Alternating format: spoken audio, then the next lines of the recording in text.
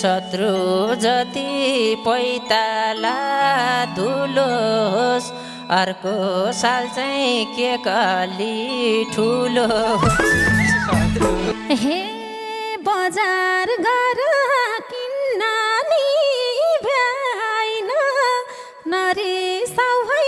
उपहार केही ल्याइन हे यत्रो केक छ भरेन भुँडी नि कति लोभी रहेछिन् दाइ बुढी भाले कहिले बजारमा जानी हो उपहार छ कि केक मात्रै खानी हो ए खादालाई दे परे म घाटैमा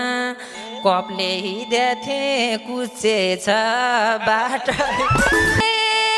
गिफ्ट भनेर लाइहाल्छ पनि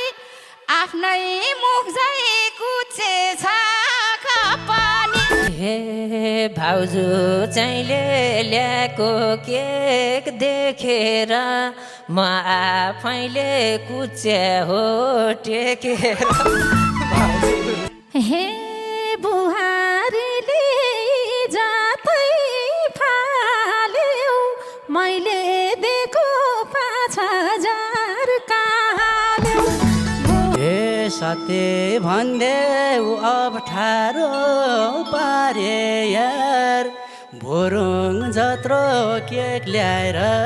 टारे यार हे आज सबै बस्या छन् अलाका कुरो टार्छन् लोभीका खलाका हे खन्छु भाइलाई साह्रै रिस उठेछ फराई मासु घरैमा छुटेछ हे दाइको बर्थडे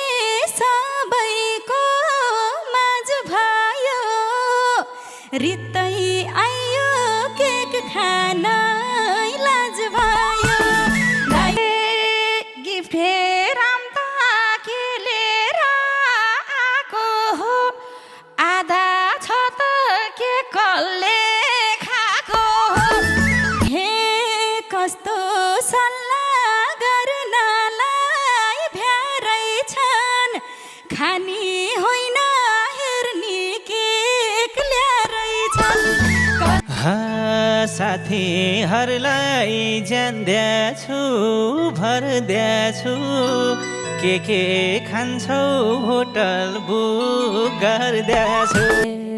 होटल साउस हामीलाई बजायो त्यसै भन्दै पोहोर भाँडा मजायो हे आइडिया त लगाउनै पर्यो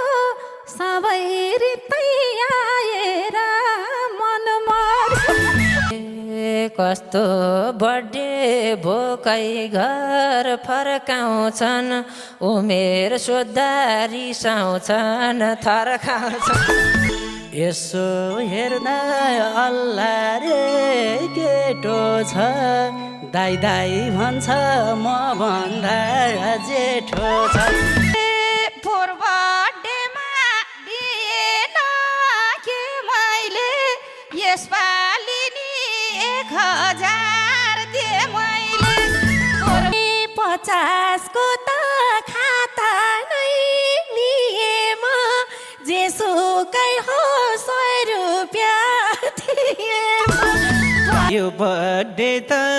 स्पेसल भो मेरो